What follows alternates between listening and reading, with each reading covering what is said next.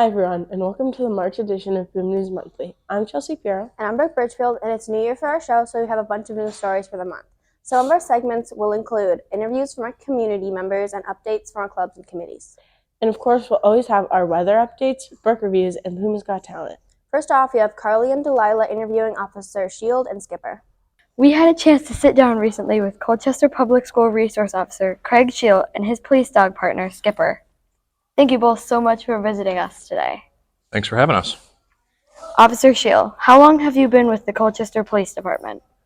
So I've been with the police department since 2010, and I did about 12 years on patrol, and then last year I took over as the school resource officer. How did you and Skipper become partners? So last year was my first year as the school resource officer, and one of my counterparts that works for Groton has a therapy dog, and I thought it would be a great way to interact with the students here in Colchester, so I applied through a nonprofit called Puppies Behind Bars, and that's where Skipper was trained, and I was accepted, and Skipper was donated to us by them. That's great. What kind of training did both of you have to go through to become a team? So Skipper started receiving his training when he was about 8 weeks old, and he spent almost 2 years at the Downstate Men's Maximum Correctional Facility in New York, and he worked with inmates through Puppies Behind Bars to be trained as a service dog. And once he had passed all his tests and he had all his training, I went to New York for 2 weeks last year, and the inmates actually taught me how to take care of Skipper and how to use all of his commands. And then after I was trained, then I got to come home with Skipper, and he's been with me ever since. What are some common jobs that you and Skipper do together?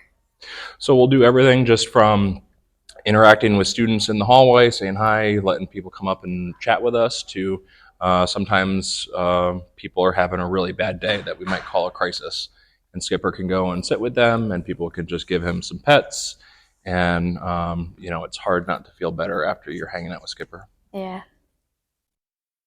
Right, buddy? What's a typical day like for you and Skipper? Well, the interesting part about being a police officer is we never really know what our day is going to look like because we get calls that we have to respond to. But usually in the morning, we like to drink coffee together, and then we'll go to school, and sometimes we go to the elementary school, sometimes we go to the middle school, sometimes we go to the high school. Sometimes we have to sit through meetings, which can be kind of boring, but Skipper's good at taking naps. And we really go to schools on an as-needed basis, and if we can go help somebody feel better, we do that. And sometimes we go and assist with your fire drills or your lockdown drills and make sure that everybody's being safe. What's the most important quality a police dog should have? Well, different police dogs have different jobs, but I would say that Skipper's job, it's very important for him to be calm and to be accepting, because Skipper goes a lot of places that normal dogs can't go. So we can go to the emergency room, we can go to restaurants, we can go to schools, and Skipper's had a lot of training, so when he meets new people and new people come and pet him or new people come and interact with him, that he doesn't get scared, he doesn't get nervous, so it's always safe to have him around children. Do you have any funny stories to share about Skipper? Oh, there's a lot of funny stories to share about Skipper. Skipper just brings a smile to everybody's face wherever we go. Skipper can be a very calm dog, especially when it's just us. But he has a couple of friends that work for other police departments. And you guys might remember last year, we had a couple of extra dogs come at the end of the school year. And when Skipper gets around his siblings or his other police dog friends, he kind of turns into a wild man. And he will be running, and he'll be doing circles, and he'll be barking, and he'll be jumping in the air. And he turns into a very energetic dog when he has friends to play with. What advice do you have for someone who wants to become a police officer? Well, police officers are people that have to be very good at talking to people. We have to be very comfortable going and having sometimes uncomfortable conversations. I like to tell people that we wear lots of different hats. So sometimes people are in trouble, sometimes people need help, and we have to be able to go and talk to people in a very large variety of situations. So practicing personal communication skills and being able to understand one another and being able to clearly communicate with people is probably the most important part of being a police officer. What are yours and Skipper's favorite snacks? So Skipper likes to eat these special treats that I keep in this little pouch right here, and you guys can each give Skipper one if you would like to.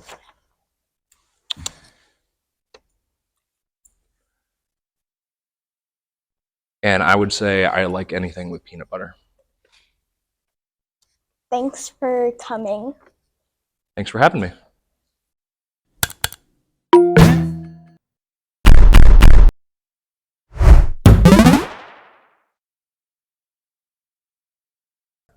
Next up, we have Tawheed from the ambassador team to inform us about what they do.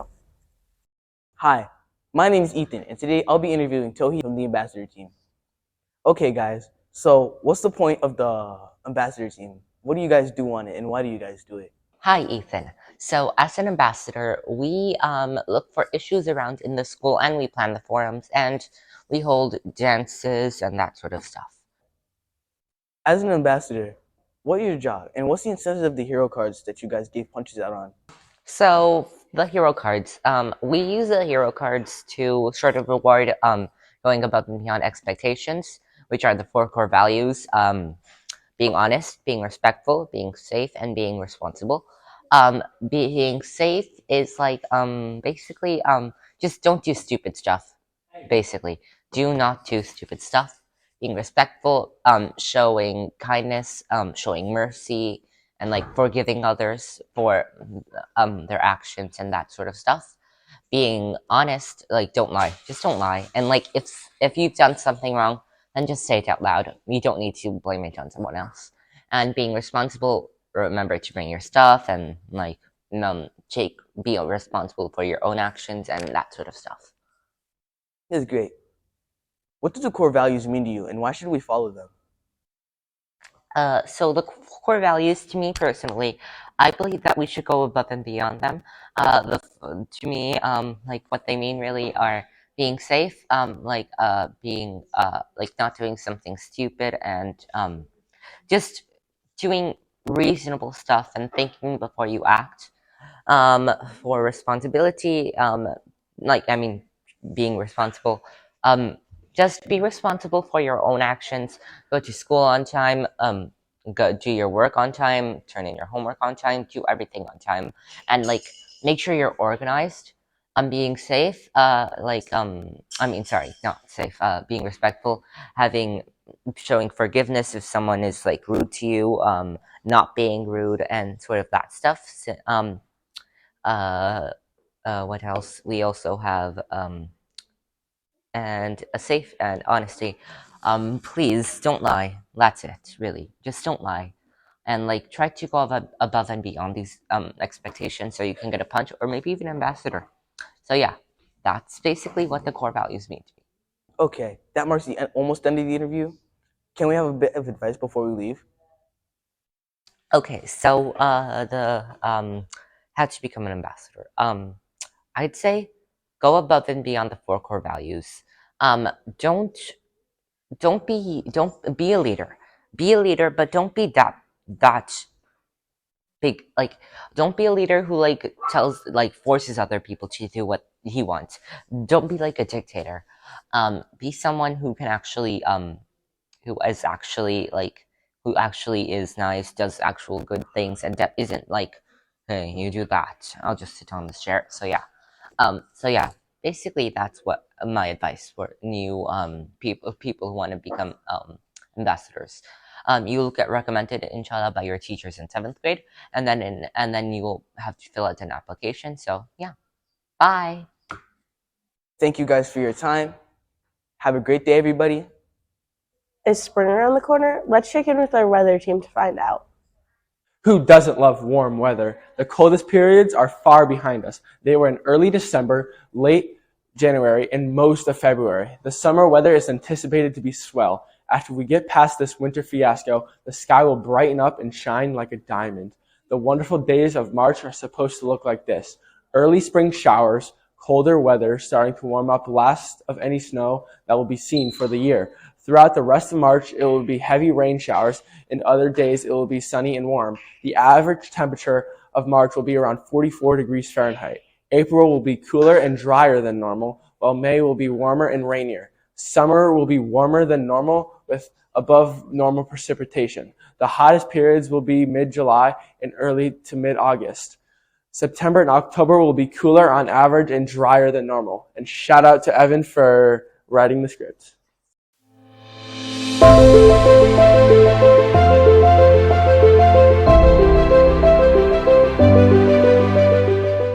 Welcome back to Puma Reads. We're here with Delilah for our January edition. So, Delilah, what book have you brought with you? So right here, I have Percy Jackson and the Lightning Thief.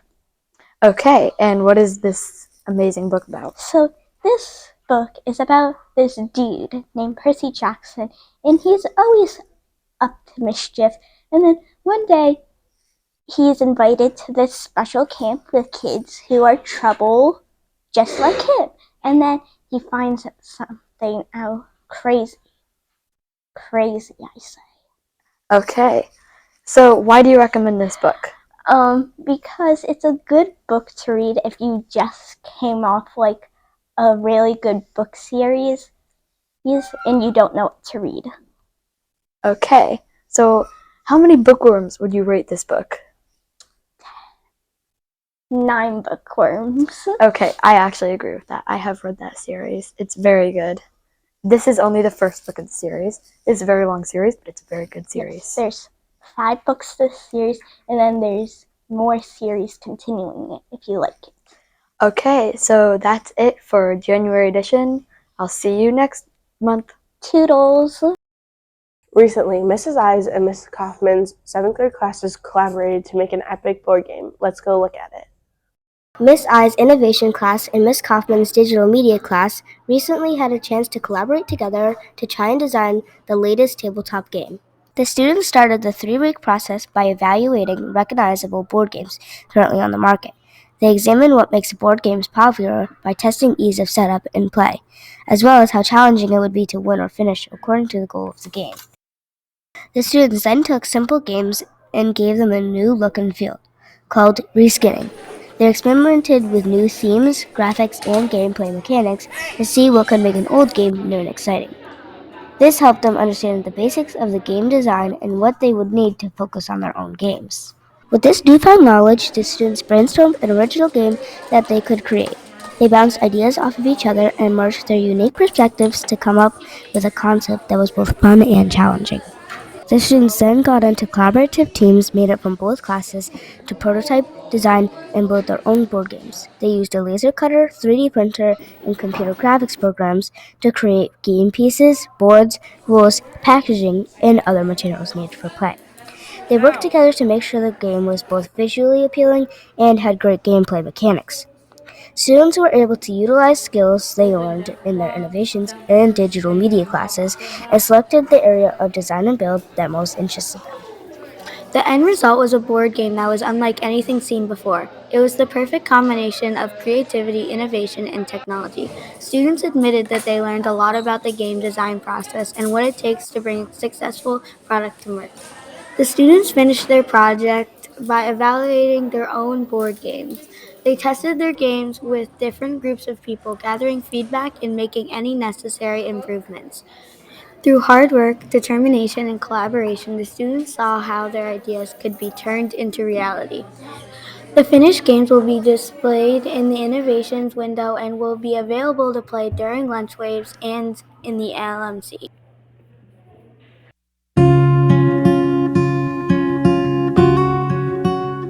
Our game is a trivia adventure finish the end game. So we have you go through this series of obstacles really. So all these red squares that have black outlines mean that you have the trivia card, and then you have to answer 5 trivia cards, and they're right here. And and the amount that you get wrong, you either move back that amount of spaces, or if you get all 5 wrong, you have to start again. And we basically just wanted to make it super fun and for a wide variety of ages.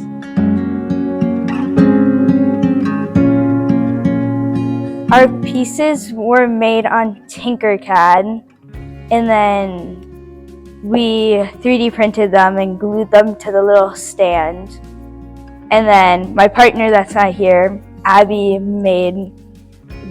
painted them, and we just did that.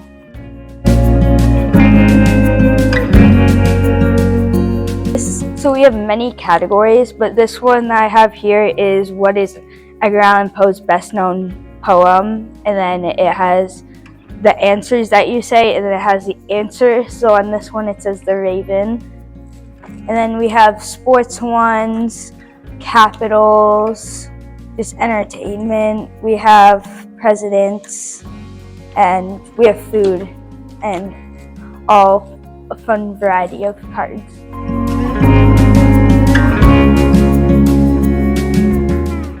We came up with the name because we wanted to really just make it a obstacle course game, and then we also wanted to do monsters, so we felt like it would be nice if we had a monster chase, because we thought it was a fun name and it would be cool just to incorporate all these things that make the name just stand out.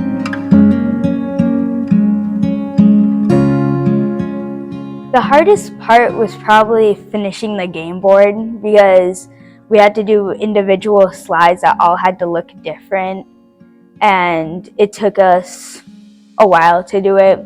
But also the trivia cards, because it's hard to come up with the questions, so that took us a while too.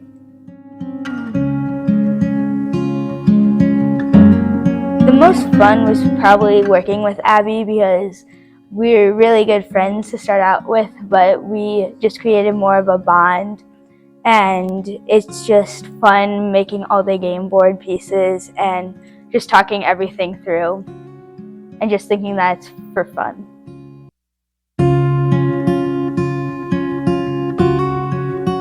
We brought in the innovative skills, definitely design and programming, well, more design than programming, but also like just being creative, and also a little bit of art because of the box and painting the characters.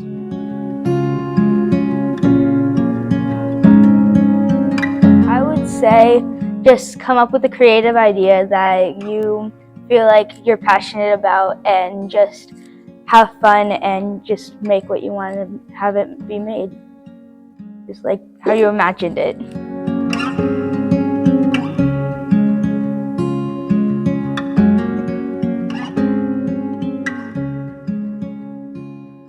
Well, that's all for this month. Thank you, and I hope we see you in April.